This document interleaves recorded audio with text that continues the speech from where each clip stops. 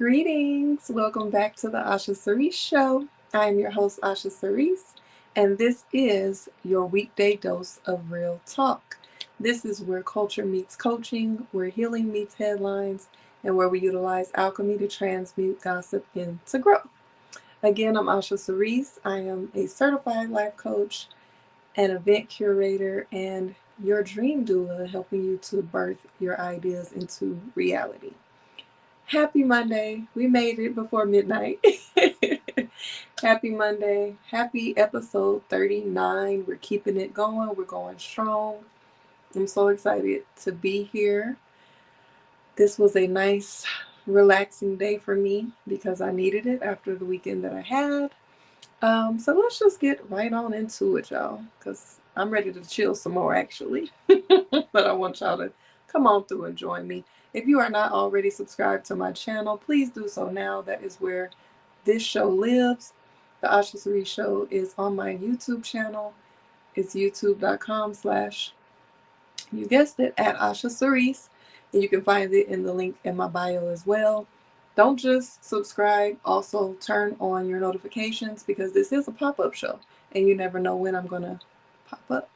Okay. So the drink of the evening is some more lemonade, crispy, delicious, refreshing, amazing, cold lemonade. Cheers to episode 39. Cheers to a great show. Cheers to life and friendships and love and connections, abundance, peace, peace of mind, peaceful homes, sound minds, happiness, joy, love, success, wealth, abundance, all great things. Cheers.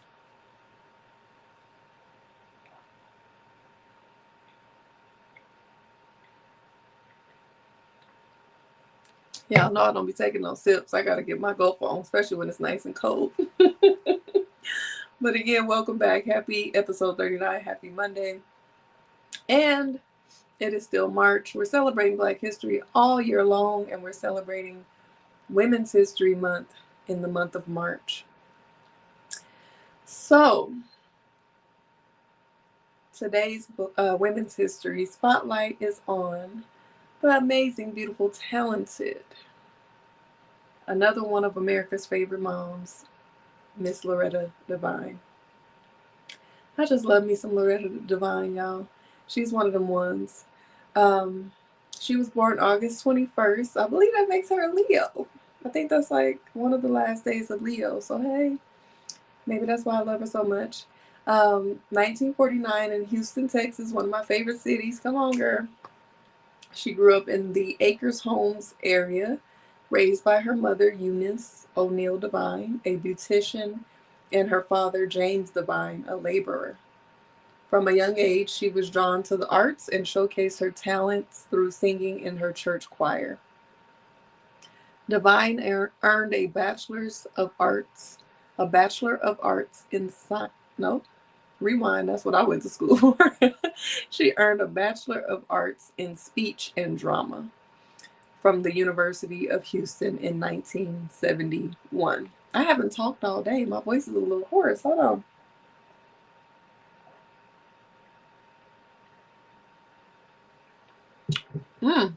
Not smacking.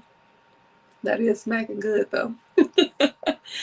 She graduated or earned her Bachelor of Arts in Speech and Drama from the University of Houston in 1971 and later went on to receive a Master of Fine Arts in Theater from Brandeis University. Her career took off in the early 1980s when she starred in the Broadway musical Dreamgirls as Laurel Robinson. This role marked the beginning of her rise to stardom, and her remarkable voice and acting chops made her unforgettable. Loretta is known for her iconic roles in film and television, including one of my faves, Waiting to Exhale, 1995, where she played Gloria, one of the four best friends navigating love and life. And if you go back to previous shows, I talked about Waiting to Exhale and broke down some of the characters. The Preacher's Wife, 1996, alongside Whitney Houston and Denzel Washington. She was in Crash in 2004, which won the Academy Award for Best Picture. She was in For Color Girls in 2010, directed by Tyler Perry. And she was in Grey's Anatomy, where she played Adele Weber and won a Primetime Emmy Award for Outstanding Guest Actress in a Drama Series. She was also on Being Mary Jane. She played a character that was like so out of the norm of what we see Loretta Devine playing. She's usually a mother or a grandmother, an older woman figure. In this Being Mary Jane, she played like a butch lesbian that was kind of like a scammer trying to get her to give her money, like extort her for money. Very interesting character. She killed that role too. And what was another character that she played that I wanted to highlight? Oh, and Love Is. It didn't last that long. Only one season. That was one of my shows. I loved it. I can't find it anywhere. There was controversy surrounding it, so now I don't know if Miss Oprah Winfrey then scrubbed the internet and got rid of it all the way through and through, but I can't find it. But Loretta Devine was also on there, and she did good on that too.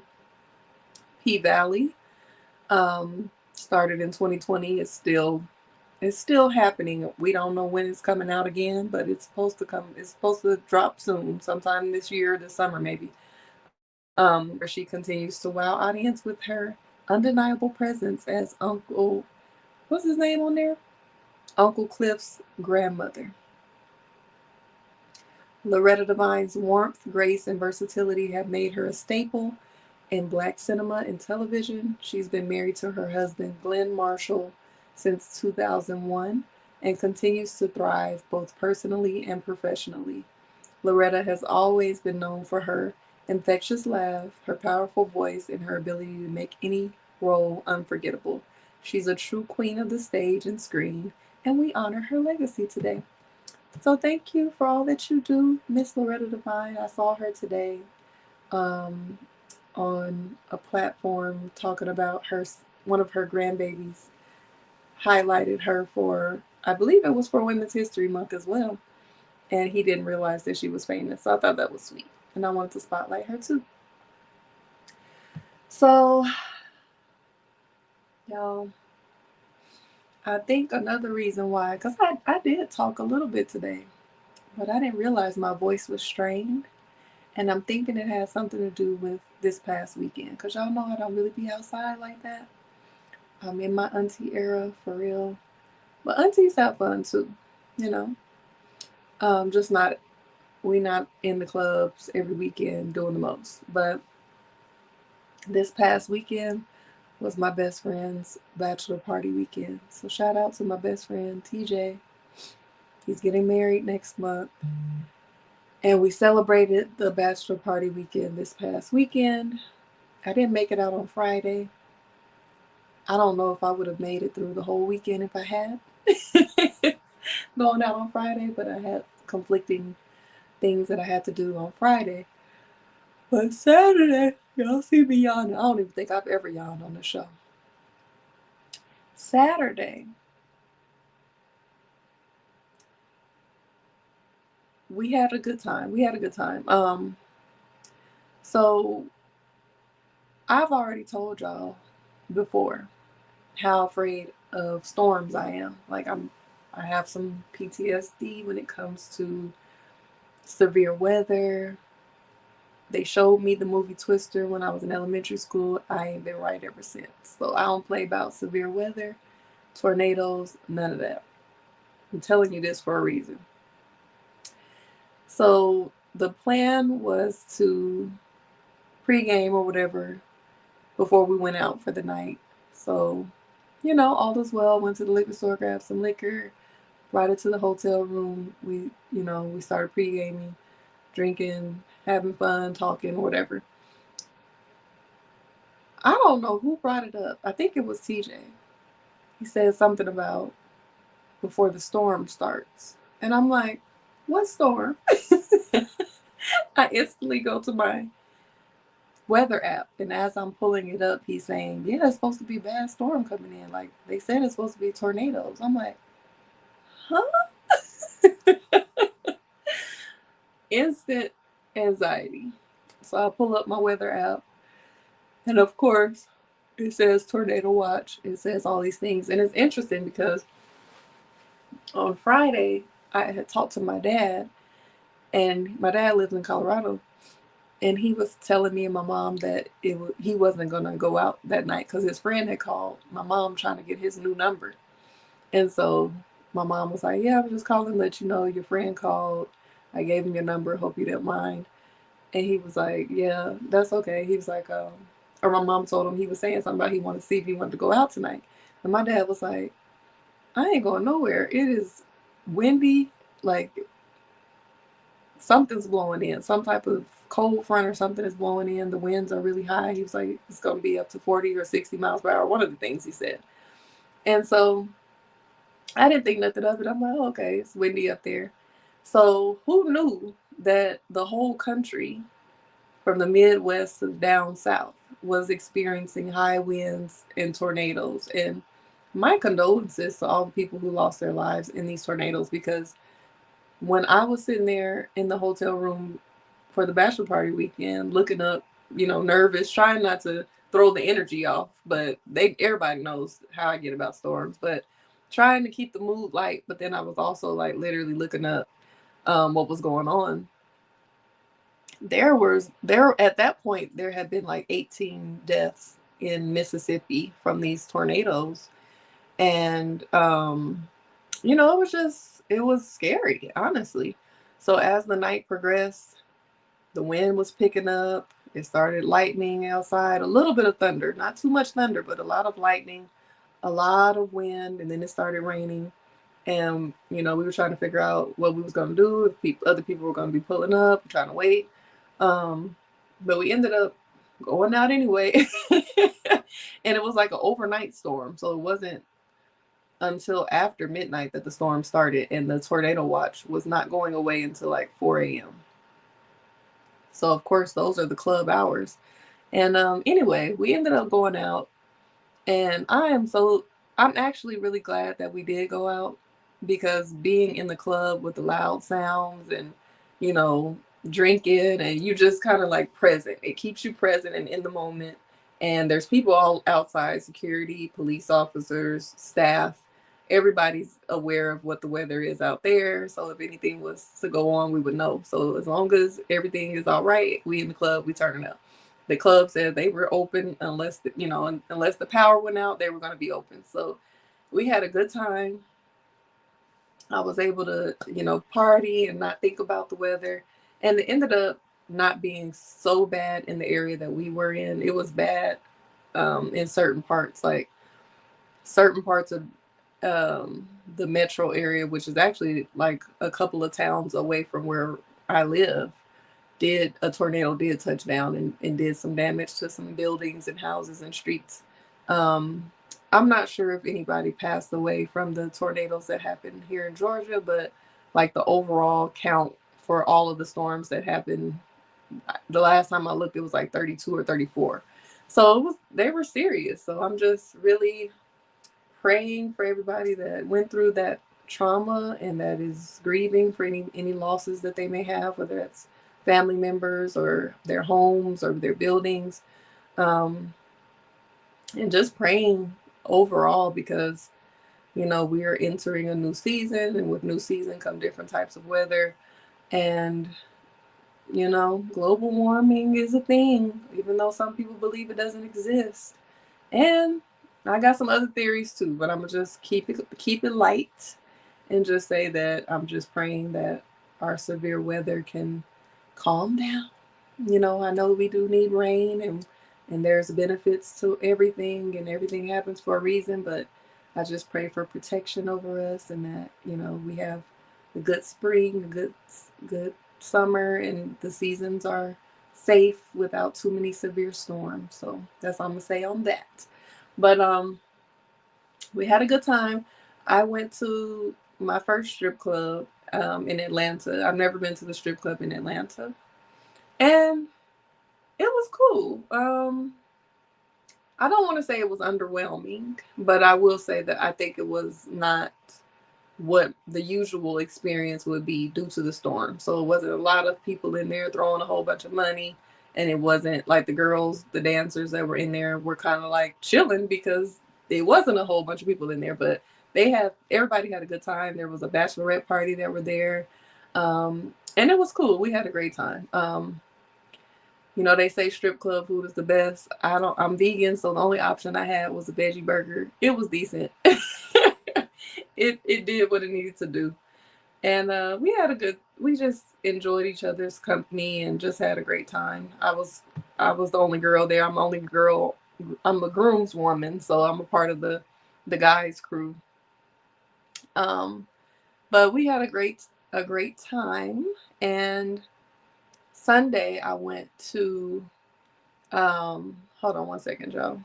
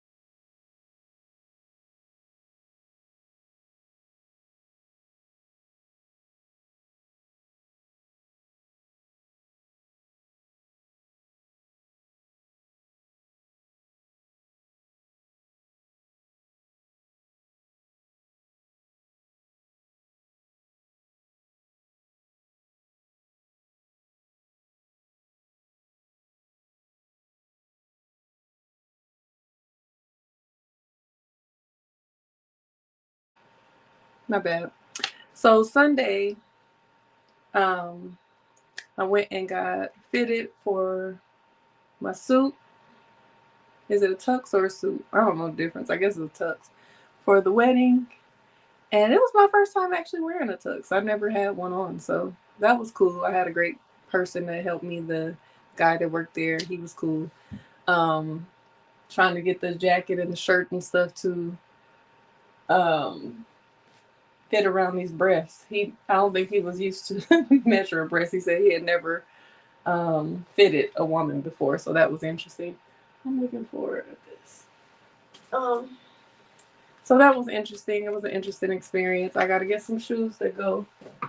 And yeah, so I felt a little emotional when I left getting fitted because it was just like, it was real. Like, this is really happening. My best friend's getting married next month. And it just made me feel so appreciative of our friendship and just to think about how much of an honor that is for him to have invited me to be a part of his wedding and just appreciate it. Made me reflect on our friendship. And I made a post earlier today on Instagram with some of the highlights from the bachelor party. And it's just like, um, when people say no new friends or when they talk about men and women not being friends, like, I don't ever agree with that. I grew up really close to my friends, really close to my family, having cousins and especially, girl cousins and boy cousins. And so when you move away from home, like where you're able to pull up on your cousins and have them come to your house and meet up and link up and go out with them, or, you know, my other family lived in Birmingham, so just visiting them and being around family. I always have had close relationships with family and access to be able to have my family as my friends. I've always had friends too, but not really as close like family. So moving to another state or a new city, you really hope to be able to create your own family, your own village, and to have people that are like family. And I have been able to meet new people, and my friends have become my family, and cultivating new friendships. And I really value them. I really value my friendships. If I'm calling somebody my friend or my brother or my sis, it's real. I don't do that old that's my brother and y'all really got something going on type stuff. I'm not into that. Like, I didn't grow up having no damn play cousins. My daddy didn't play that. So if I'm calling you family, that means I really love you and I appreciate you and I value you. And with my friendship with my best friend, I really appreciate him because he's always supportive. He doesn't judge me. I'm able to be myself. He's able to be himself. And, you know, it's a dope friendship. So I'm very appreciative of it. And my tears were tears of joy for him and tears of gratitude for our friendship and just for everything. Just learning, just seeing people go into their new seasons of life. It's a beautiful thing to witness. So I'm always grateful for that. And I've talked about, actually, me and him did a show on my Cool Weirdos podcast before about friendships and dynamics of platonic friendships of opposite sex. And so I read this study that said having close platonic friendships with the opposite sex can enhance your social skills, build emotional resilience, and give you a healthier perspective on relationships overall. I honestly think that it is different to have a close friendship with a person of the opposite sex because they do give you different insights. And it's just important to not sexualize every relationship that you have. Like, if you can't find anything interesting in a person other than whatever physical thing or some type of sexual attraction or anything like that, then to me that's strange. Like, you don't know how to just be cool with people. That's weird. But yeah, I think that it's important. I think that back in my day when I was young and hadn't evolved in certain ways, that I wasn't having it when I was in my when I was in my me and my ex-husband were together, like certain female friends he had. But I think that it's a big difference between, you can kind of tell, like some of the women that he was calling his friends, I'm like, y'all ain't damn friends. Y'all flirting, y'all doing too much, y'all crossing the line. But it's a respect thing too. So yo, TJ's on the line. I love you. That's my dog. We had us a good time this weekend. And I am still recovering because I think let me think. I feel like I had two little light drinks before we went out. And then I think we had a shot. And I might have had two more drinks. Well, I kept it light. I would say I was tipsy, maybe light drunk. But it was all tequila, which was good because tequila doesn't really give me hangovers like that. So I didn't feel sick yesterday or today. I just been tired because I feel like I just been going and going. So I'm recovering from that. Dancing, we was dancing. Some lady came up to us dancing with us. We embraced her. We had a good time. Everybody was cool. Shout out to Commander Alpha Turkey. How you doing? Thank you for joining. Yes, yes, yes. So speaking of, creating a family and having your own village and, family not always being blood, I do want to talk about a family who is blood, who also has, where are my notes? That also has beef all the time. They always have some type of issue that's publicized. But hey, what families don't have beef? I mean, hopefully there are some. Let me just take that back. Let me not act like there aren't some healthy families out here.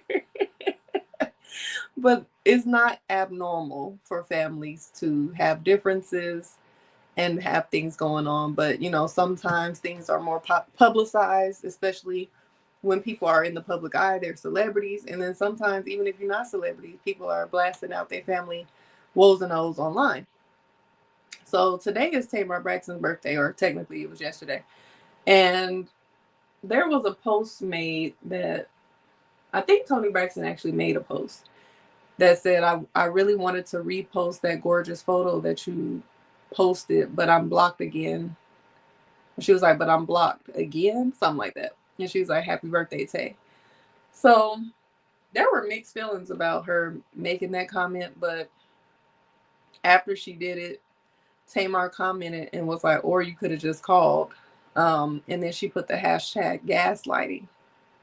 So let me look at some of the comments and see what people were saying. Because last time I looked, a lot of people felt Tamar, but a lot more people felt Toni Braxton because Tamar kind of has a reputation for being a little extra, and you know how Tamar Braxton is. So I think people automatically think that she's the problem, but she feels like there's things that people don't see that, you know, makes her feel like she's being gaslit. So the comment said, now Tamar, if you blocked her on IG, why would she think that she's not blocked on your phone? Don't piss me off. So you didn't wish your sister happy birthday in real life, but come into social media to crash out. All our faves going out bad. Tamar has a point. Why do all this for social media when you have my number? Clearly you're not blocked on my actual phone. Sometimes you just gotta love family from afar. Nothing personal, but yeah, family are draining too. She knew what she was doing by telling social media Tamar blocked her on Tamar's birthday. It was literally no reason we needed to know that, but they still blame Tamar. Attack your sister on her birthday on social media, but she's the problem. And clearly, Toni still saw the pic, so she could have still posted it and said happy birthday without letting everyone know that she's blocked. If you have a sister, you know this is not news, it's normal. Next. So, people have different opinions about it. Um, I, from a personal standpoint, I grew up the only child. So I have an older brother and an older sister from my dad, but I didn't grow up with them. So we've developed our own bond and relationship over the years, but I don't think it's anything compared to siblings that were raised in the same house or grew up knowing each other all along, or especially siblings that have the same two parents. So I'm not going to say that I can all the way relate. You know, me and my siblings have had our issues as well, but I feel like it's a different situation because of the dynamics. But with their dynamics, it just seems like they're always having some problems, even before um, the Braxton show, Braxton Family Values, or the Braxtons. I can remember being a child seeing the Braxton sisters on Iyanla. I think Iyanla had like a talk show back in the day, and I remember them being guests on her show. And they were addressing some issues that they had back then. So it's no secret that they've had problems over the years. But, you know, it's like the up and down, just like any other relationship. They make up and sometimes they fall out. But, like, overall, the things that are said about the siblings, I have it in my notes here. So, Toni Braxton is the oldest, and she has achieved significant success, of course, in the music industry and paved the way for her sisters, because even though they started out together, they were doing the group thing. I believe their first group was called the Braxtons. When she was selected to get the record deal, and she did have to pave the way as a solo artist, I'll say that. So her prominence has sometimes led to tensions, especially concerning the family's collective ventures.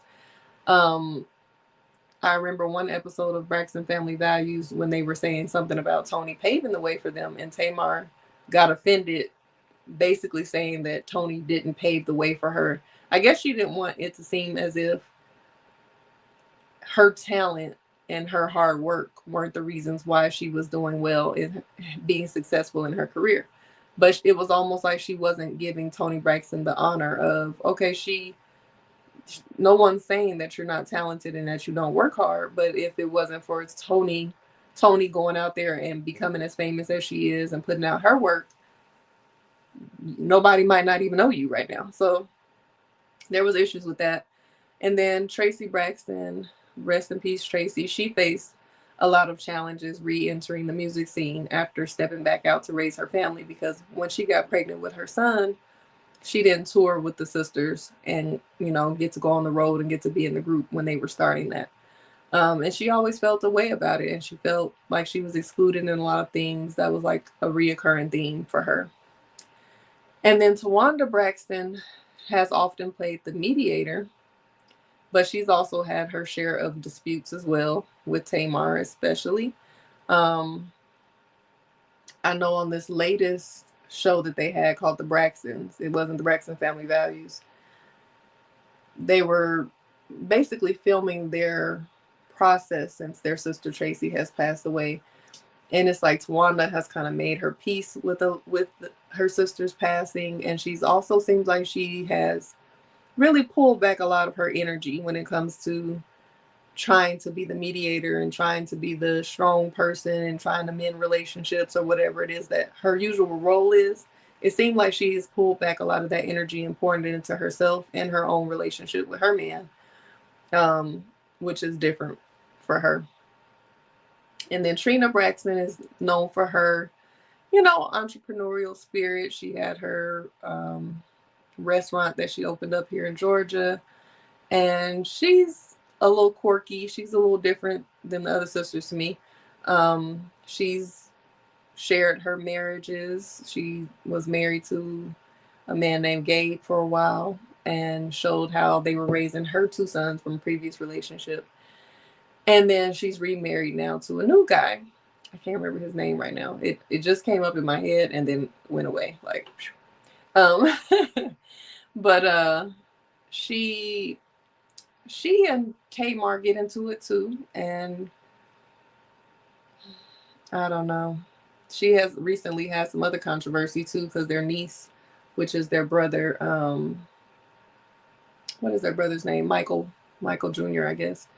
His daughter kind of came out saying that at one point, one of the sisters thought that she was texting inappropriately back and forth with their husband, and people were like guessing who it was in the comments. Initially, people thought it was Tamar, but it ended up being Trina.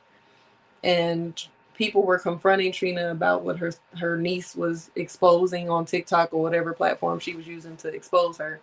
And Trina just ignored it. But so there's all kind of drama in there. But the niece was saying that Tamar has always been supportive of her, even with exposing the family. And then Tamar, she always wanted to be a solo artist. She put in the work. We saw her with her ex-husband, Vince, and she did what she had to do to make it big. And she did. She made her own lane, and she definitely got it out the mud, kind of. It didn't hurt that her sister was Toni Braxton or her ex-husband was Vince Herbert, because he was a producer and had talent like Lady Gaga, I think is one of his artists as well. So Tamar has always been super extra. I think when they first started the Braxton Family Values, I always felt like she was giving Tiny, like Tiny Harris from Escape. She was talking very much like Tiny. And they were closer back then. I don't really see them talking about each other lately, but they seem to be close. But I feel like it was giving that type of accent. And it's like all the Braxton sisters have different accents, but I think they're from the DMV area. They're from Maryland. But they all talk differently. So Tamar was given straight out of Atlanta realness. I don't know. But anyway, she's always had a big personality. She's always been, because she's the little sister, had that like spoiled brat energy. And she's not everybody's cup of tea. She's super talented, but she's not everybody's cup of tea personality-wise.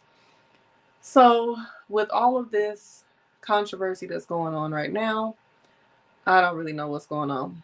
But some of the things that have come up in the news for them or in the blogs, in 2018, they had disagreements over their contract negotiations, which led most sisters to halt filming for the Braxton Family Values, but Tracy continued, and that led to tensions.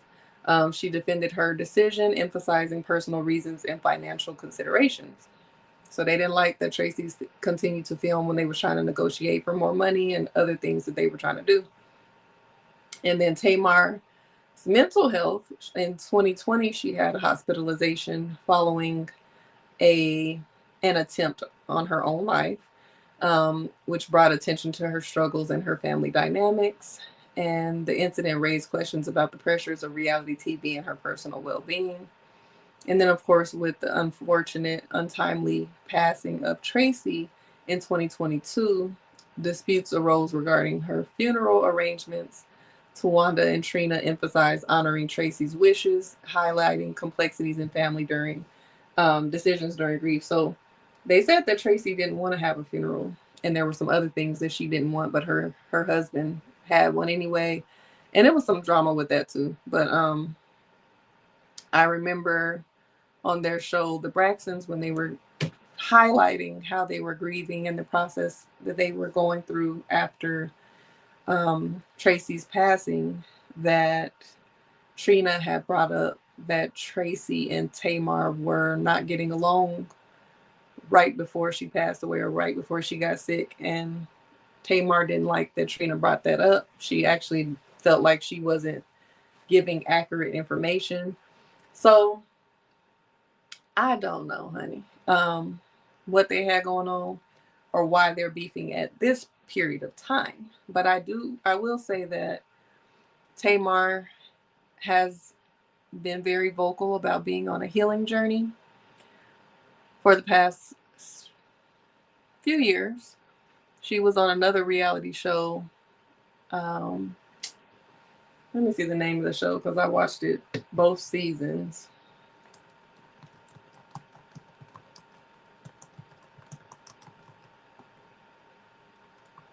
She was on a couple of different reality shows. Now that I think about it, she was on Watch Queen. No, Watch Queens.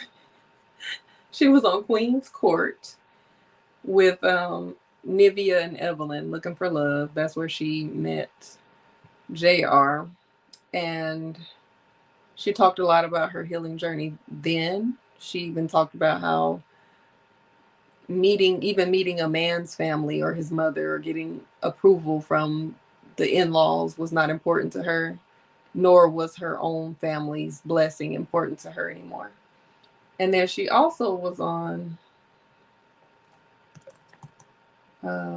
what's that man's name?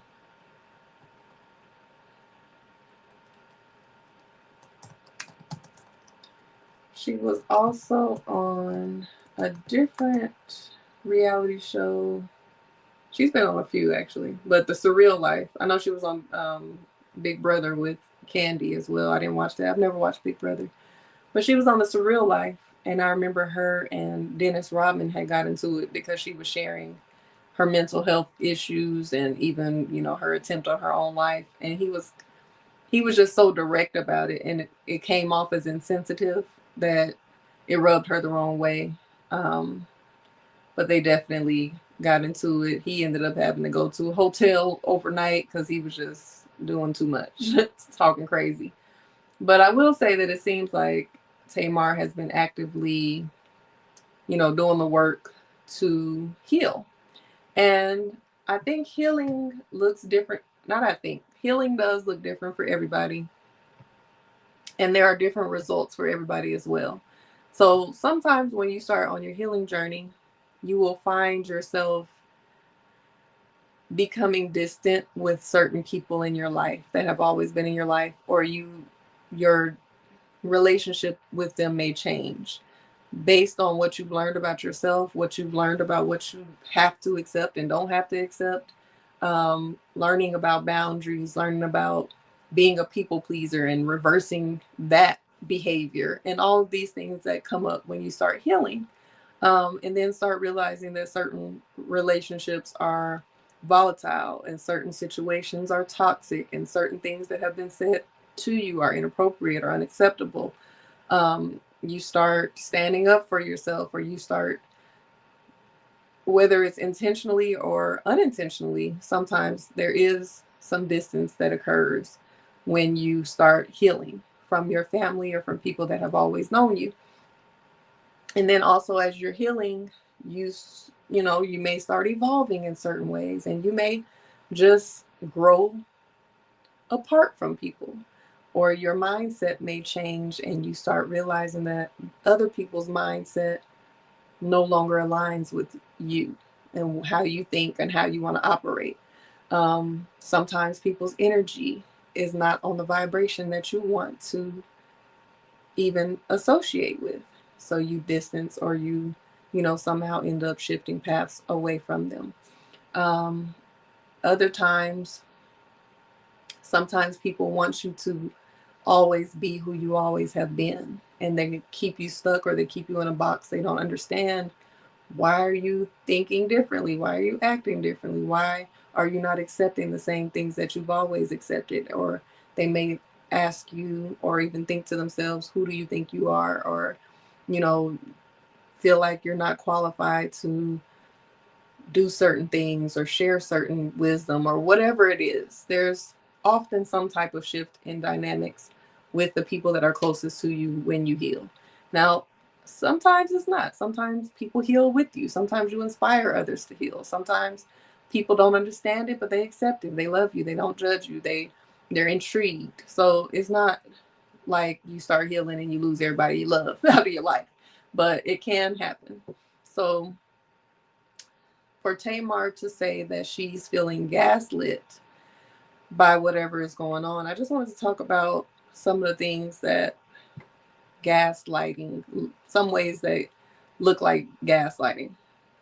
Some examples. I'm sorry, y'all, I'm sleepy. So, gaslighting is a form of psychological manipulation where someone causes another to doubt their reality. In family settings, this can manifest as denial of events, family members insisting certain events didn't happen, leading the individual to question their memory, contradictory messages, sending mixed signals, making it hard for the individual to discern the truth. And let's talk about some of these before I keep just reading them off. Um, Denial of events. I think that often happens with, especially with confronting or communicating with parents, or older adults in the family, or even older siblings, when you share certain experiences that you've had, or you share how certain things have made you feel in the past, all of a sudden, motherfuckers got amnesia. Like, they don't know what happened. They don't remember that. They don't remember it happening that way. Whether they remember it or not, they're denying it. Like, that shit did not happen that way. You don't know what you're talking about. That wasn't me. Whatever. I don't know what it is, why people think that you just pull these memories out of your ass, but a lot of times people are not ready to be confronted by these type of things. They're not ready to admit it. They don't want to take any accountability for it, and it's unfortunate because a lot of times these types of uncomfortable conversations come up when people are working through their past traumas or experiences, and they're trying to heal, and they're looking for support with that healing journey. But I always say that sometimes you have to do the work and you have to heal on your own without the people that have hurt you to help you along the way, or to help you to unpack some of the things that they have put in your baggage, some of the baggage that they have caused. The contradictory messages, sending mixed signals, making it hard for the individuals to discern the truth. Like, that probably, the best example of that would look like, oh, you see them at a family reunion or something, and they're all like in front of everybody else, oh, hey, how you doing? Kiss you on your cheek, say, how proud they are of you or whatever to everybody else. And then when y'all are behind closed doors, you try to reach out or try to call them, you get in the cold shoulder, or they're a totally different person. Or, saying reach out, they want to talk, and then when you have this conversation, they're still not understanding, still not willing to accept what's going on. It's just, you're like, make it make sense. Either we gonna be here or we gonna be here. What we gonna do? And then emotional neglect, ignoring or dismissing one's feelings, leading to self-doubt. Ooh, that's a big one.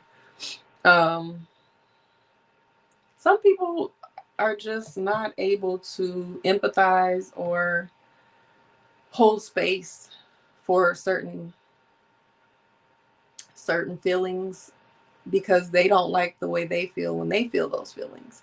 So if someone else is able to express that, or someone else is able to communicate how something has made them feel or what they're going through, and the other person is just not used to that, or they are the type that just holds things in, or they think it's soft to be in touch with their feelings, or they think you a punk because you're harboring on certain things, or they feel as if you are constantly bringing up the past, you don't want to let it go.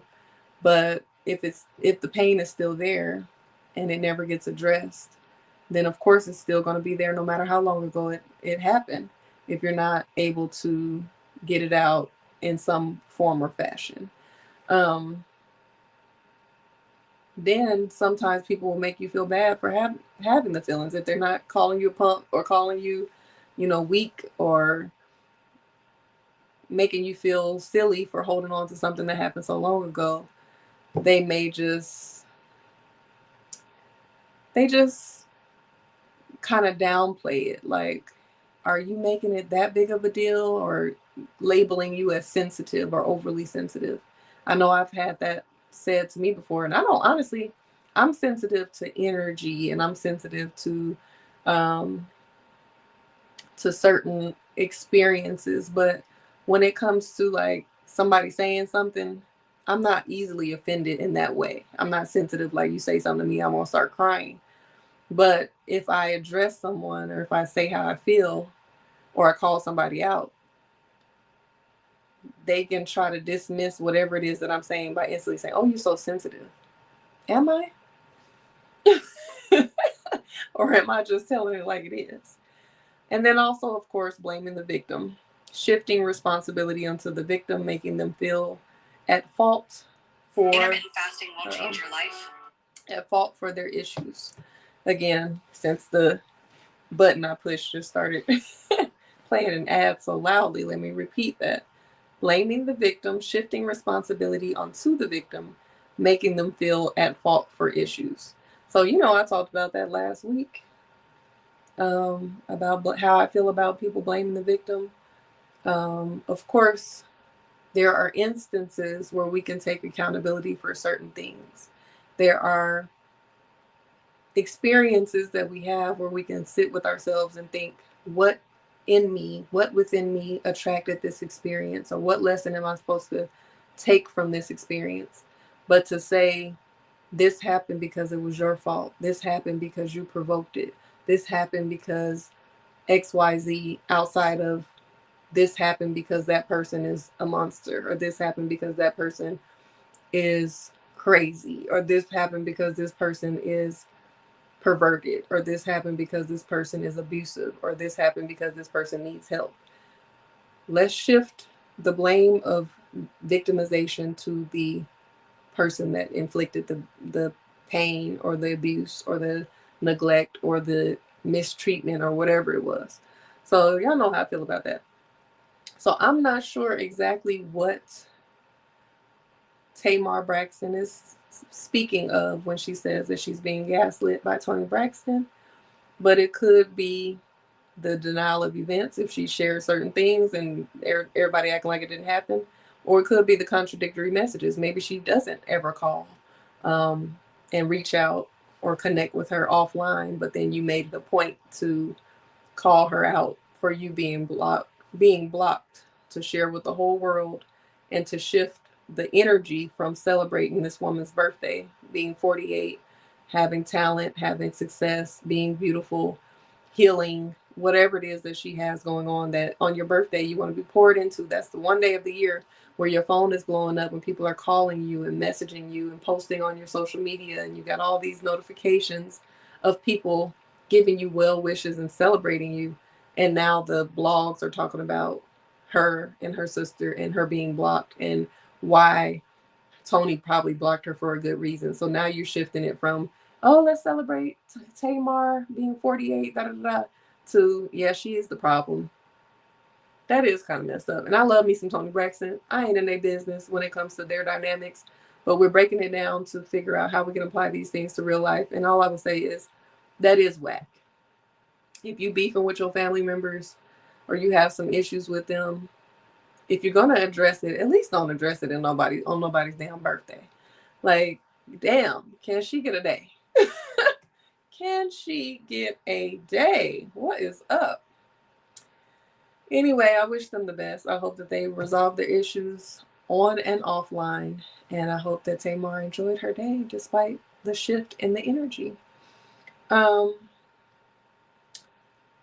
Speaking of Tamar Braxton, I wanted to talk about her former castmate on talk show host partner, Jeannie Mai. They were both in the headlines today. So I wanted to talk about Jeannie as well. So Jeannie Mai is, I first was introduced to her for being a co-host on The Real.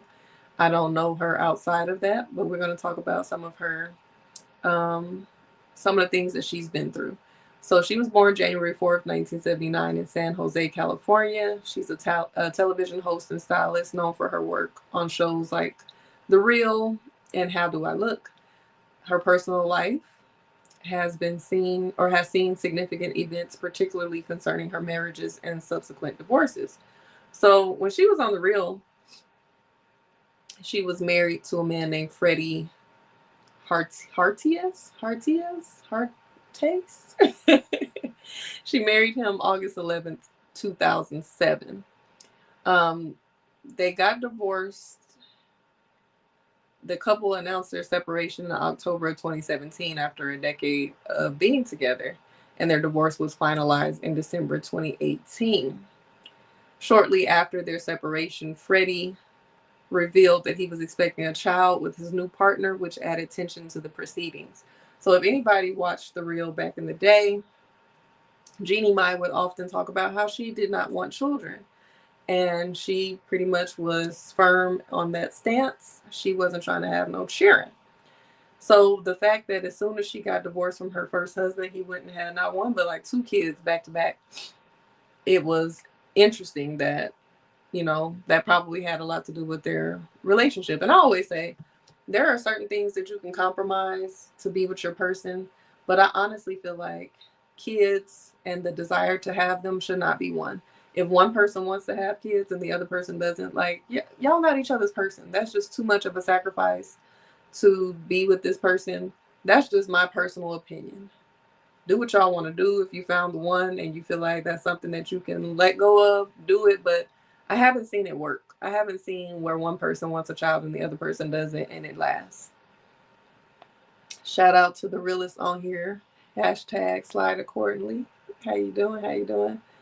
And thank you to Commander Alpha Turkey for joining too. So we saw her go through her divorce and heal and do all the things that she needed to do from that first relationship. And then out of nowhere, her and young Jeezy hit the social media scene. We like, huh? Because, on The Real, when she was married to her ex-husband, who's a white man, because Jeannie Mai is Asian. I can't remember if she's Vietnamese or I don't remember exactly what type of Asian she is. But her first husband was a white man. And they were talking about dating black men or something on the show, and she was just like, I prefer my dark meat on the side or something like that. Like, I want my white meat as my main, something interesting like that. I don't know. So, yeah, that's what happened there. So we were all shocked when she got with Jay Jenkins, aka Young Jeezy, aka Jeezy, aka the Snowman, aka no, I'm playing. But yeah, so Jeannie and rapper Jeezy began dating in November of 2018. Mind you, her divorce had just been finalized December of 2018. So she started dating Jeezy a month before her divorce was official.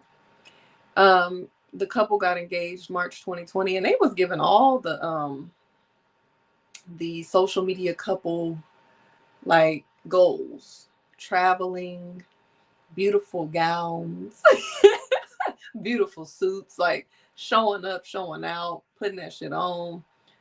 beautiful dates. Like she was talking about their first date and how he showed out, and they went to a restaurant and they didn't want the night to end. I think they went dancing, like all the things. Who knew that Jeezy was so romantic? Like she was giving us all the tea about how romantic this man was. And so they ended up getting married March of 2021. And then the lady that said that she did not want kids ended up having their beautiful little girl, Monaco, January of 2022. And I said when that baby first came out that she looked just like Jeezy, and everybody was like, oh, she just looks Asian. She just looks Asian. And I'm like, y'all always be so color stroke. Look at the features. The girl looked just like Jeezy. I always can tell who looked like who when babies are born, and people be like, just looking at color. She looked like her daddy. Shout out to official_MC Lightfoot on Instagram. What's up? One of the best hosts I've ever seen actually at a concert. I've been to a couple of concerts because I love me a good old Mabel House concert. I'm waiting for the lineup for the spring and summer right now. But he's always a great host at those concerts. Shout out to you. But yeah, so anyway, they ended up getting divorced, or Jeezy filed for divorce in September of 2023, citing that the marriage was irretrievably broken with no hope of reconciliation. And the divorce was finalized June of 2024. Now, when they were married and they had their baby, it just seemed like they were so in love, and they, had close family dynamics. Jeannie Mai's mom, I think, may have moved in with them. Her brother was there all the time, helping to raise the baby. Jeezy's father always had the little girl, and he just so in love with her. And I think it was Jeezy's stepmother as well.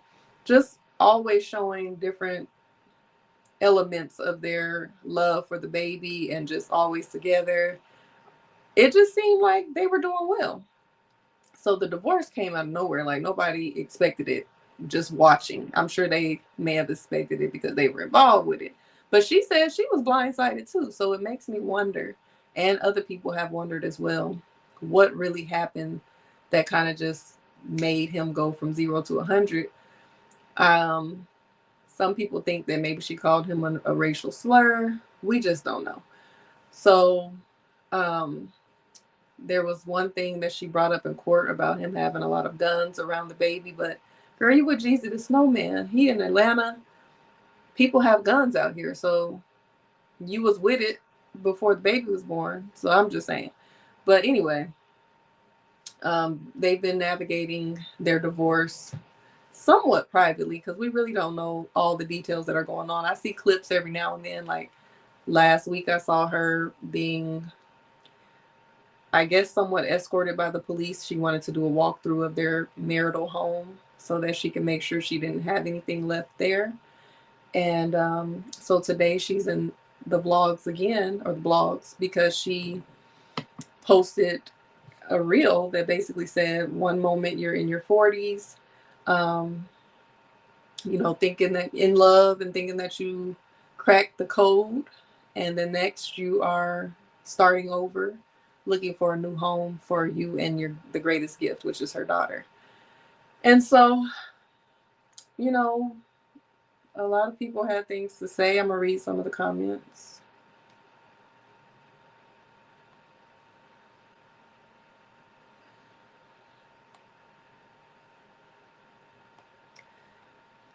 Something about a single woman claiming to be a single mother really grinds my gears. Let me refresh y'all memory. What did Jeannie Mai say about dark meat? Love black guys, but to me, dark meat on the side, white meat keeps me lean and mean. So she said it, lean and mean. That's what I like. Someone else said, don't fight me, y'all, but don't Jeezy got full custody? No. Shout out to all the single moms that don't have mansions to browse through, but continue to make it happen for their kids.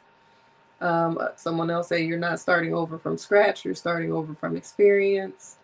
The person you marry isn't the person you divorce. This is so true. Things may not work out, but count on that single mom to make sure them babies don't notice a thing and still have the best. Sending hugs for all moms out there. Girl, bye. When your first husband asked you for a baby, you said you didn't want kids. You thought you hit the jackpot and he saw the real you. Ladies, starting over is okay. Restart as many times as you need. Somebody said, girl, bye. It is unfortunate, but this goes to show marriage or not doesn't save the relationship after a baby. If I was rich, I'd start over every time something ain't go my way. She has every right to heal. Oh, the dramatics. So, as you can see, it's mixed feelings. Some people are not empathizing with her situation because she's wealthy and they feel like, girl, you single, but you ain't struggling. You'll be all right. But they're not thinking about the emotional parts of starting over. Um, just from experience of getting a divorce, even when it's a traumatic marriage or a marriage that is unhealthy or toxic, it's still a big emotional um, blow, because this is somebody that you didn't get married to just kick it with somebody. It's not a relationship that you're just like, oh, I'm just hanging out, I'm just gonna get married and let's see what happens. Like, no. When you marry somebody, you are under the impression that you're going to be with this person for the rest of your life. All of your thoughts turn from, what am I going to do? What's my future look like? What do I want to accomplish, to what are our goals? What do we want to do next? You're thinking about your life, what our kids are going to look like. Are we going to have grandchildren? Um, what type of projects are we going to get into? How can I support you as my partner? All of your thoughts are surrounding this marriage. All your thoughts and your feelings is surrounding this marriage working.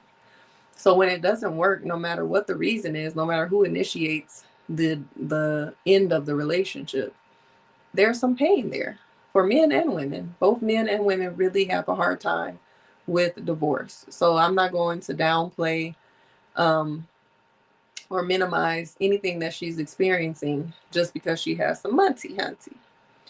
So of course it's even more challenging when you have a child involved, because this child is going from being in the house with both of their parents, and I think just that alone has to be difficult for a family, because you're not just thinking about yourself and I don't get along with you and I'm ready to end this marriage. You're thinking about, our baby is used to waking up to both of us being home or having access to both of us at the same time, going places with us together, seeing us as a unit. So you're having to uproot your child, get them on a whole nother schedule.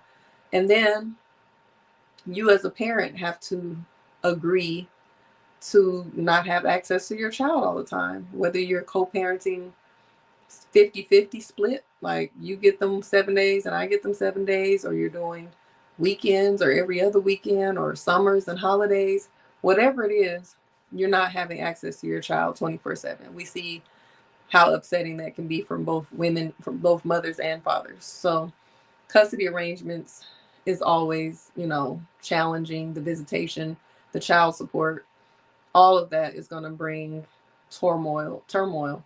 And then with a marriage, and this type of marriage, high profile marriage with two successful people, you also have to consider what type of spousal support is going on, and if they had any type of shared property.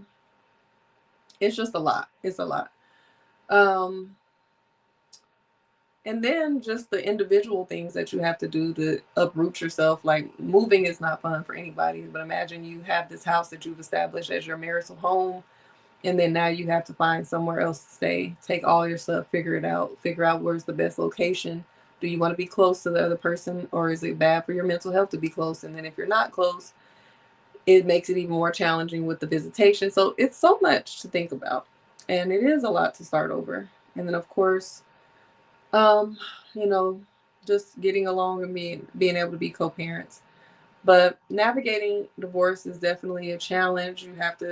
You do have to start over. You have to go figure out even the little things. If you're going back to your original name, your maiden name, and going to the courthouse, and all the things you got to do for the divorce, and then you got to go through the name change stuff, go to Social Security, get your new ID, get your passport changed, get your bank accounts and your emails. It's a lot. And, um, you know, people cannot understand unless they go through it. I definitely think it would be awesome if we bring a system like every other anything else you need a license for, you have to get them things renewed. Let's renew these marriage licenses. But they're not going to do that because, of course, that would take so much money away from divorce lawyers, court systems, all these people that get money from divorce, psychiatrists, like psychologists, counselors, whoever benefits from people getting divorces. It wouldn't happen. But just imagine being able to say, okay, we 2 years in, do we want to renew, or we want to just go ahead and work on moving out, moving and going on our separate ways, versus having to do this whole thing. But since that's not our reality, of course, I've talked about amicable breakups and uncoupling, but it's not always the case. So if you're going through a divorce or heartbreak or breakup, just know that you're going to get through it. Know that there is light at the other side, the end of the tunnel. It's not always going to be tough. Um, you are capable of creating a new life. I know after my divorce, during it, I had to move with my best friend at the time. Stayed with her for like 3 months, and then I stayed with my cousin for like 5 months, and that was hard for me because I hadn't lived with anyone since I was 18 years old. So at that time, I was probably like 20, 23, 24. So that was a shift for me, but I was appreciative of those that were there to support me until I got back on my feet. And it just made me go harder. Like, had to do what I had to do, had to get back out there and get my own spot again and work hard and just figure out my next moves. And then, I had a different type of dynamic when it came to my divorce because I was in a relationship shortly after or during that time. I've told y'all that I did have a relationship during my separation. And then we broke up right around like a week after or before my divorce was final, I think right after. And then my ex-husband was murdered a few months later. No, a year and couple months, or a year or 2 or 3 months after we divorced. And then I was in the process of moving to a whole other state in the meantime. So then I moved. So I was grieving my marriage, my divorce, my breakup, my move, coming to a whole new city, not knowing anybody, other than my mom, of course, that I've stayed with since I've been in Georgia. And so it was a little different for me. But for other people, they have their own hurdles to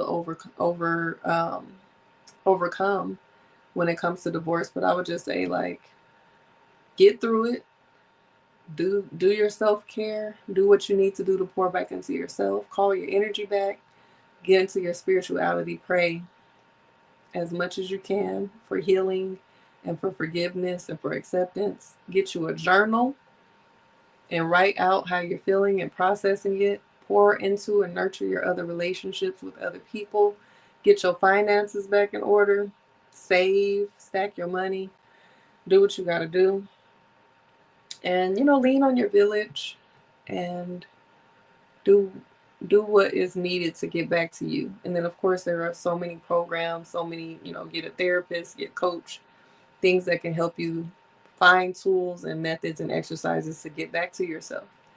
And speaking of that, I'm always going to offer you to join some of my programs. The program that I recommend for people who are going through divorce, who want to find themselves again and want to heal and need just some tips and exercises and support on how to get back to that, one single step at a time. When I created that 6-week course, I created it with people in mind who are either singles, who are going through divorce, have been through divorce, heartbreak, breakups, and just need some tools to be able to get through that. But when I created it, other people started enrolling that were in relationships that weren't necessarily in the process of healing, but know that they had some healing to do, and it was successful for them as well. But I definitely created it with singles and people who are healing from heartbreak in mind. One single step at a time, 6-week healing program. It comes along with coaching, so you get a coaching session every week, and it also comes with a free how to beat single guided journal. So 6 weeks of coaching, 6 weeks of guidance, and a free guided journal. If you just want to get started and you're not ready for a guided experience or coaching and you just need a tool to do the work, go ahead and just grab the journal. How to Be Single is on our website as well. 5 Ways in 5 Days is another great program to help you to learn how to pour into yourself, utilizing the love languages, and also how to uncover any blockages you may have with giving and receiving love. That's also very helpful. It can be done in as little as 5 days, and you have up to 60 days to do it. And it comes with one free coaching session. So those are your programs that I would recommend for anybody going through that. Of course, the guided journal is always available. Or if you just don't know where to start, or you want to just sign up for some coaching sessions that aren't attached to the program, you can always do that by booking a call, a free discovery call, and I will help you to find the best route for you. Again, strategy sessions are available as well. This is for anybody who's an entrepreneur, business person, influencer, creator, or someone that just has some great ideas, but you just really don't know what to do with them. You don't know how to utilize or monetize your gifts. You need a strategy session. On this session, we're going to figure out what it is that you want to do, how you want to show up online, and we can get you a content plan, some structure, a niche, even set you up with some digital products like ebooks or digital courses. Whatever it is that you need to do, we'll figure it out. So book a strategy session on my website under content strategy. Also, the Intentional Love Collective for all the lovers out there. If you are an intentional dater, a hopeful romantic looking for love in 2025, make sure you get on the Intentional Love Collective. It's for my singles. It allows me to curate intimate experience for singles, speed dating events that you use your preferences, your desires, and your standards, your values. I'm going to be having those in mind when I invite you out based on what you put on this form. Okay. So join the Intentional Love Collective. It's not on my website yet, but it is linked in my bio. You can find my bio on any platform that you're watching this on. And let me just check to see. Oh, yes. The Intentional Love Collective is growing. Okay. It is growing. I see some new submissions on there. So, yes, make sure you add yourself to that. And make sure you are subscribed to this channel, y'all. I thank y'all for tuning in today with my I don't have a sore throat, but my voice is just raspy. And I'm thinking it's from screaming in the club, saying, hey. That's definitely the reason why my voice is hoarse. But let me leave y'all with some journaling prompts, and I'm about to go do my yoga because I definitely skipped out on yoga this weekend. I got to get back on because if I take too many days off of yoga, I promise you it'll be 3 months before I get on yoga. So I'm doing my yoga tonight, and I'm gonna do it every night. Okay, keep me accountable. Make sure if you're watching this, ask me tomorrow, did I do my yoga? So, journaling prompts. What does starting over look like for you? And what fears are you holding on to? What does starting over look like for you? And what fears are you holding on to? How do you nurture your friendships? And how do you value your chosen? No, I didn't read it right. How do you nurture friendships? And do you value your chosen family enough? Your chosen family meaning your close circle of friends and loved ones. How do you nurture friendships, and do you value your chosen family enough? When it comes to family dynamics, how can you communicate more effectively without sacrificing your peace? When it comes to family dynamics, how can you communicate more effectively without sacrificing your peace?